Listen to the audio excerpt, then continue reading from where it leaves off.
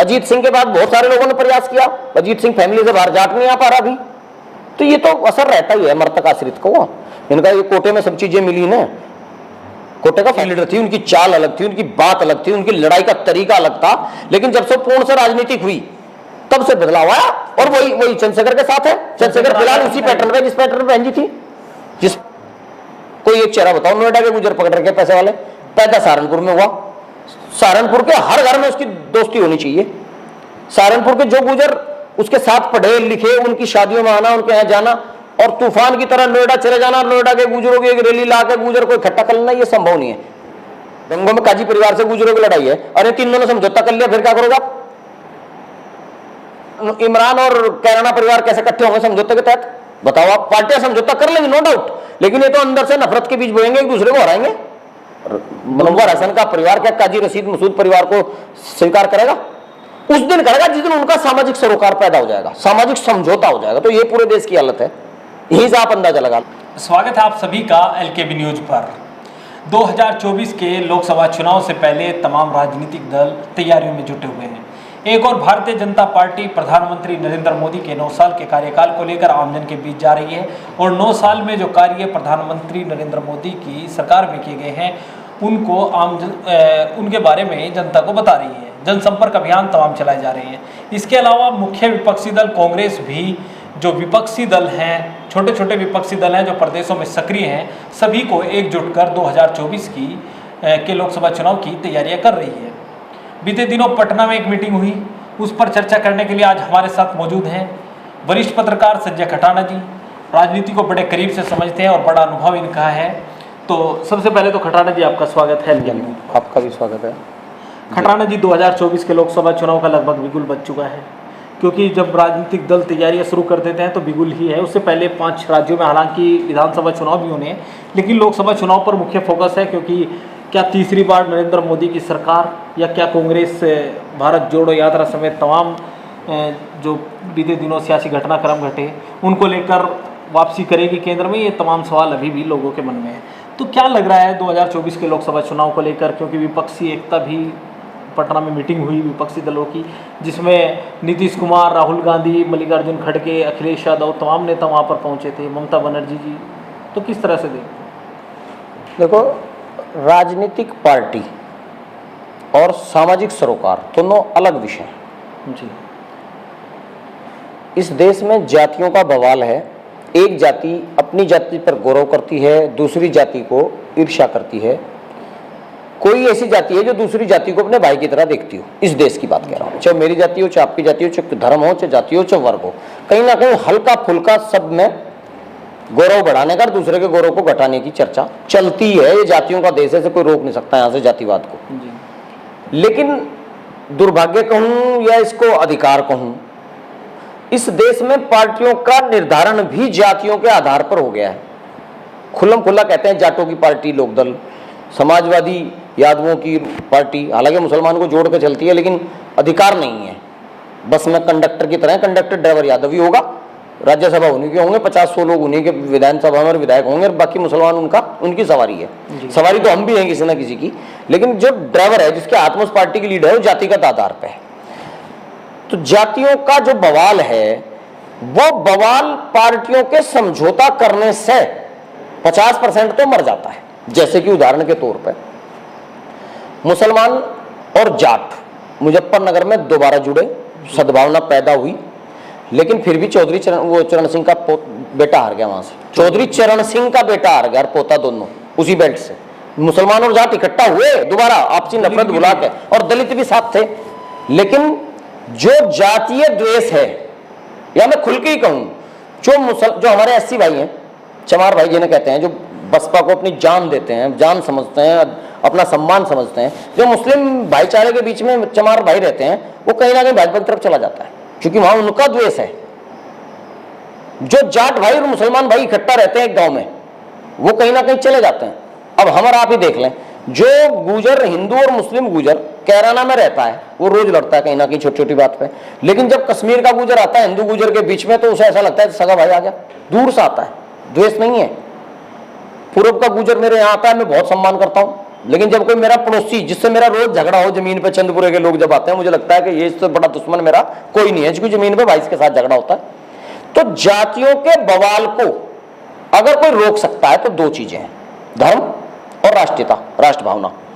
भाजपा के पास एक हथियार है जिससे वो इन सारी जातियों का आधा आधा आधा ले मरे धर्म के नाम पे। तो जो गठबंधन है वो तैयारी के साथ नहीं है किसी का भी। मुलायम से वो अखिलेश आए हों, जयंत आया हो, लोगों को समझाया हो कौन हमारा दोस्त है कौन हमारा दुश्मन है, नहीं समझाया। क्या जयंत ने जाटों को कैडर लिए? क्या जाटों के गांव में नुक्कड़ सभाएं की और बताया कि मुसलमान हमारा भाई है? क्या मुसलमानों के लीडरों ने बताया कि जाट हमारा भाई है, हमें इसके साथ रहना? नहीं। चुनावी टाइम पर आते हैं, गठबंधन करते हैं, कुछ लोग उसके झांसे में आते हैं और कुछ लोग नहीं आते, कभी तुक्का लग जाता है और कभी नहीं लगता। तो ये तुक्के की राजनीति है, इसे परफेक्ट राजनीति नहीं कह सकते आप गठबंधन को। तो 24 में कोई तोड़ भारतीय जनता पार्टी के मजबूत संगठन का, मजबूत कार्यकर्ता का कोई निकाल पाएगा विपक्ष? नहीं, सवाल ही पैदा नहीं होता। मैंने कहा तुक्का लग सकता है, अंधे का तीर बिटोरे में लग जा, वो लग सकता है, लेकिन पहलवानों से आप गणना कर लो। एक तरफ मोदी, मैं उसका समर्थक नहीं हूं लेकिन विरोधी भी नहीं हूं, मैं निष्पक्ष बात कह रहा हूं, जजमेंट वाली बात कह रहा हूं आपको। कभी आपके पाठक मुझे समझ लें कि मैं भाजपा का एजेंट हूं, मैं तो भाजपा को आज तक कभी लाइफ में वोट नहीं दिया, लेकिन दोनों पहलवानों की तुलना तो करनी पड़ेगी ना। बिल्कुल। मोदी, शाह, योगी, तीन बड़े चेहरे भाजपा के मौजूदा समय में है, और भी वो कैडर बेस्ड पार्टी है जी। उससे पहले आडवाणी जी थे, वो चले गए, लोग कहते खत्म हो जाएगी भाजपा, लेकिन उससे भी ताकतवर टीम बन के आई, क्योंकि कैडर बेस है। ये चले जाएंगे, इनसे भी ताकतवर टीम बन के आएगी। और दूसरी तरफ मृतक आश्रित है कि बाप मरा, बेटे को नौकरी मिल गई। अब जिस बेटे को मृतक आश्रित में नौकरी मिली, उनमें से 100 में से 10 तो बहुत अच्छे अधिकारी बन जाते हैं। भाई किसी का बाप मर गया, उसकी जगह बेटे को नौकरी मिल गई, 10% ही रिजल्ट आता है अच्छे व्यवहार का, अच्छे काम का, वरना 90% तो प्रसाद समझते हैं उसे। तो आज जो मैदान में है दूसरी तरफ के पहलवान, लालू के बच्चे मृतक आश्रित, राहुल गांधी मृतक आश्रित, बहन मायावती अगर इनके गैंग उसमें आ गई तो वो भी मृतक आश्रित काशीराम जी की, और अखिलेश जी मृतक आश्रित, आपके जयंत चौधरी मृतक आश्रित। तो मृतक आश्रितों से क्या उम्मीद करोगे आप? 10% उम्मीद हो सकती है। अब अंधे का तीर बिटोरे में लग जाए तो सारे पहलवान, वो जमीनी ताकत नहीं है इनकी। ये अपनी कौम को तब याद करते हैं जब राजनीति करनी हो, जब वोट चाहिए होती। 5 साल बाहर नहीं निकलते। 5 साल समझाएं कि गुजर के बगैर सहारनपुर में, मुजफ्फरनगर में हमारा काम नहीं चलेगा, इनसे भाईचारा बनाओ, हमारा भाईचारा होना ही होना चाहिए। हम इकट्ठा रहते हैं गुजरों के गांव में, लेकिन नहीं समझाने आते, हमारे लीडर समझाने नहीं आते। बल्कि अगर कोई आपस में झगड़ा हो जाए तो उसमें दोनों तरफी कार्रवाई करने आते हैं कि मैं उसकी तरफ आऊंगा और मैं उसकी तरफ आऊंगा। तो वो जब तक ये लोग राजनीतिक गठबंधन से पहले सामाजिक सरोकार अपनी जातियों का एक दूसरी जाति से पैदा नहीं करते, तब तक ये कामयाब नहीं होंगे, भाजपा को नहीं मार सकेंगे। यानी राजनीतिक गठबंधन से पहले सामाजिक गठबंधन होना जरूरी, सामाजिक एक दूसरे का नजदीक आना जरूरी। यादव और जाटव पूर्वांचल में जब तक नजदीक नहीं आएगा, जब तक जाटवों से मुलायम सिंह परिवार फैमिली जो है माफी नहीं मांगेगी। कल अखिलेश मुख्यमंत्री थे और एक जाटवों का या एससी भाइयों का जो आरक्षण था, पदोन्नति में आरक्षण, उसका बिल आप फड़वा रहे थे लोकसभा में। तो कुछ लोगों को तो टीस जिंदा रहेगी या खत्म हो जाएगी। हाँ, उस टीस को खत्म करने का एक रास्ता है कि अखिलेश सार्वजनिक मांगे और उन लोगों के बीच में आए, उनके छोटे छोटे प्रोग्राम करें, नुक्कड़ सभाएं करें, अपने लोगों को कैडर देने गांव दर गांव भेजें। जैसे काशीराम साहब ने पलटा, काशीराम साहब ने 36 बिरादरियों को एक करके बहुजन बना दिया था, और ऐसा बहुजन बना दिया, भाजपा तो कुछ है ही नहीं। कांग्रेस जैसी पार्टी जिसके देश आजादी का श्रेय जाता हो, उसको हिलाकर सुखा दिया, उस पेड़ को ऐसा सुखा दिया, आज तक पत्ते नहीं आए।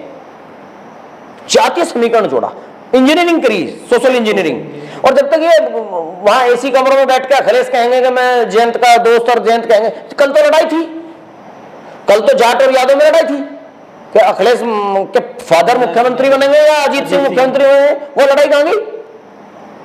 जिन लोगों के दिमाग में टीस है कि मुलायम सिंह के मुख्यमंत्री बनने की वजह से अजीत सिंह मुख्यमंत्री बनने से रह गए, वो बुजुर्ग कैसे ठीक होंगे? लेकिन उन बुजुर्गों को समझाना पड़ेगा कि जो होलिया छोटे रास्तों को छोड़कर बड़ी मंजिल की तरफ चलना पड़ेगा। समाज को समझाना पड़ेगा, और समाज को समझाने का टाइम इनमें है नहीं, ये तो मृतक आश्रित है। तो मैं नहीं समझ पा रहा, मेरी सद्भावना उनके साथ है, ईमानदारी के साथ है, लेकिन मैं समझना चाहता हूं कि मृतक आश्रित पहलवान जिनका चयन ही कोटे में हुआ हो, वो मजबूत पहलवान से जिसकी प्रैक्टिस हो बचपन से, उससे कैसे लड़ेंगे भाई? आपने दलित और यादव की बात की और यादव और जाट की बात की, तो चंद्रशेखर आजाद जी जो हैं आजाद समाज पार्टी के राष्ट्रीय अध्यक्ष, वो भी इस गठबंधन में शामिल हुए हैं, दलितों के बड़े नेता कहे जाते हैं, तो उसका भी कुछ असर पड़ेगा? भीम आर्मी एससी का सामाजिक संगठन है और अभी चंद्रशेखर को भी लोग सामाजिक उत्पीड़न से बचने का हथियार समझते हैं, राजनीतिक नहीं। अभी तक नहीं समझते। अभी उस मुकाम पे वो नहीं पहुंचे कि राजनीति को प्रभावित करें। बहुत अच्छी टीम है, मैं ये नहीं कहता, मेरा साधुवाद उन्हें है, मेरा आशीर्वाद भी है, मेरा हर तरह का सहयोग भी है, क्योंकि उनका भी नंबर आना चाहिए, वो भी मेहनत कर रहे। लेकिन समस्या पता कहाँ है? अभी राजनीतिक जो चश्मा है लोगों का, वो कहीं ना कहीं बहन मायावती की तरफ है, एससी का। हाँ, उनकी तरफ निगाह है, लेकिन भविष्य की निगाह है। और उन्हें सामाजिक आंदोलन में अगर वो नहीं जाएंगे तो कोई नहीं पूछेगा। अभी छोटी सी घटना उत्तराखंड की बेल्डा में हुई। बेल्डा में भी तो पिछड़े और दलित लड़े थे। अगर चंद्रशेखर को राजनीतिक होते, जातीय नेता ना होते, तो बेल्डा में रोडों के घर भी जाते। भाजपा से सीख लो ना, भाजपा के जो सांसद हैं, विधायक हैं, वो दोनों तरफ गए, उनके उधर भी गए उधर भी गए।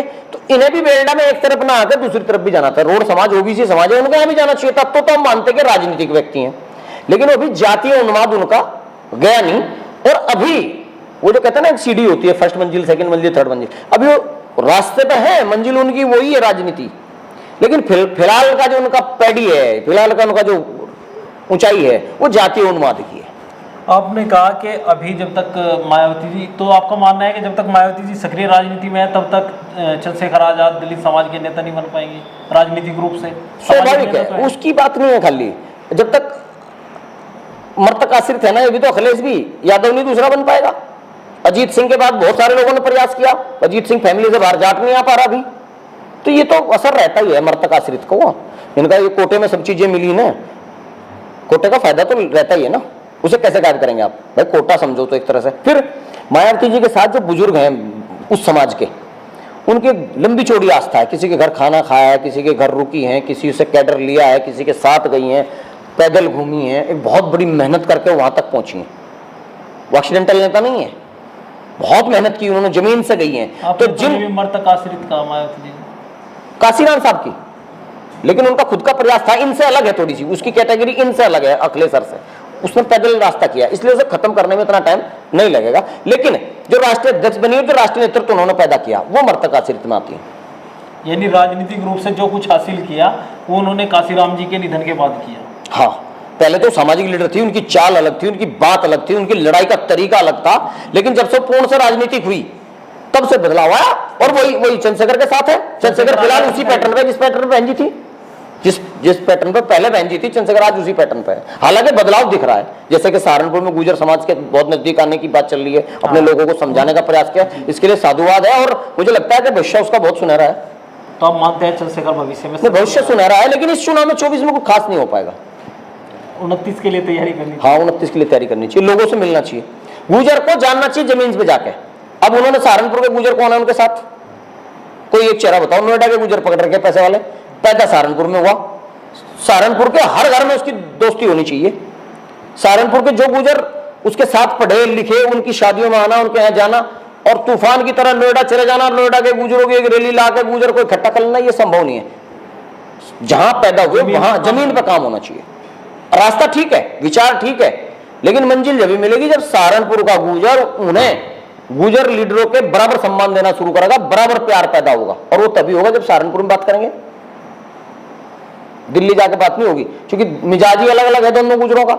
यहाँ तो 36 कोस पे बानी और 3 कोस पे बानी, और 36 कोस पे बानी बदल जा, तो अलग अलग है सबका, उनका व्यवहार अलग है, उसका व्यवहार अलग है, उसका व्यवहार अलग है। तो पूरे देश को आप कैसे इकट्ठा कर लेंगे? ये राजनीतिक पार्टी के बेंगलोर में बैठ के, पटना में बैठ के गंगों के हिंदू मुसलमान गुजरों को इकट्ठा नहीं कर सकती, कैसे कर देंगी?